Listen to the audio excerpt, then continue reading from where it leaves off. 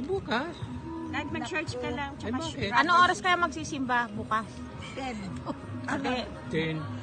Ayan na naman. Si Mami, oh. Pinipressure mo kasi si Mami. Oo, doon O, ano oras ka? Oh, Ano oras ka magbibihes? Oh. 7:30. Ano oras ka kakain muna? Ha? 6:30. Tapos ano oras ka magbibihis? 7:30. Oh. Ano Di oras? ba bibihis ako 7:30? Oh. Tapos aalis tayo ng alas 8. Ano oras mai-remind si Mami? Anong oras mai-remind si Mami? Nako, yan.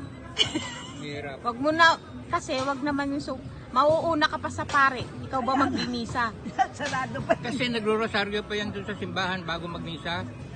Ay, ano susunod? Di ikaw na lang pauna. Susunod na lang si Mami. Mag-rubber shoes ka na lang. Ayaw niya kasi may upuan sila doon na ayaw niyang magpaupo ng ibang tao.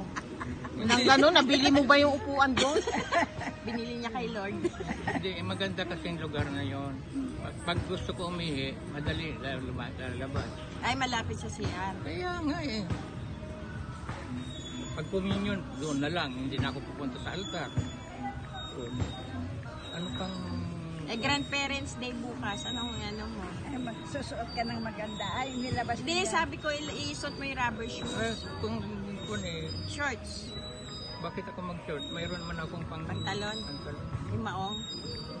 Ewan ko, bakit wala na yung ibang Bakit ikaw na? pantalon. Wala namang ibang magsusuot ng Wala pantalon mo. naman magkasya. May duda ako si Nico. Ay, hindi naman. Hindi mo siya Palagi Nico. nun si Nico Ang pinagbibintangan daming mo. pantalon ni Nico. Ito na. Maganda dahil. Mayroong galita.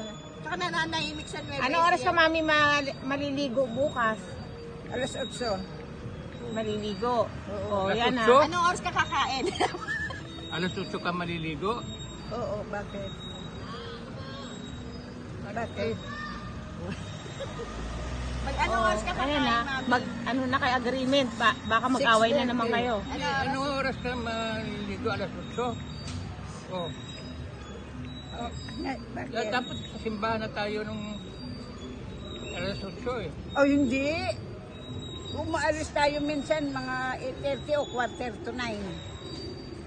Diba?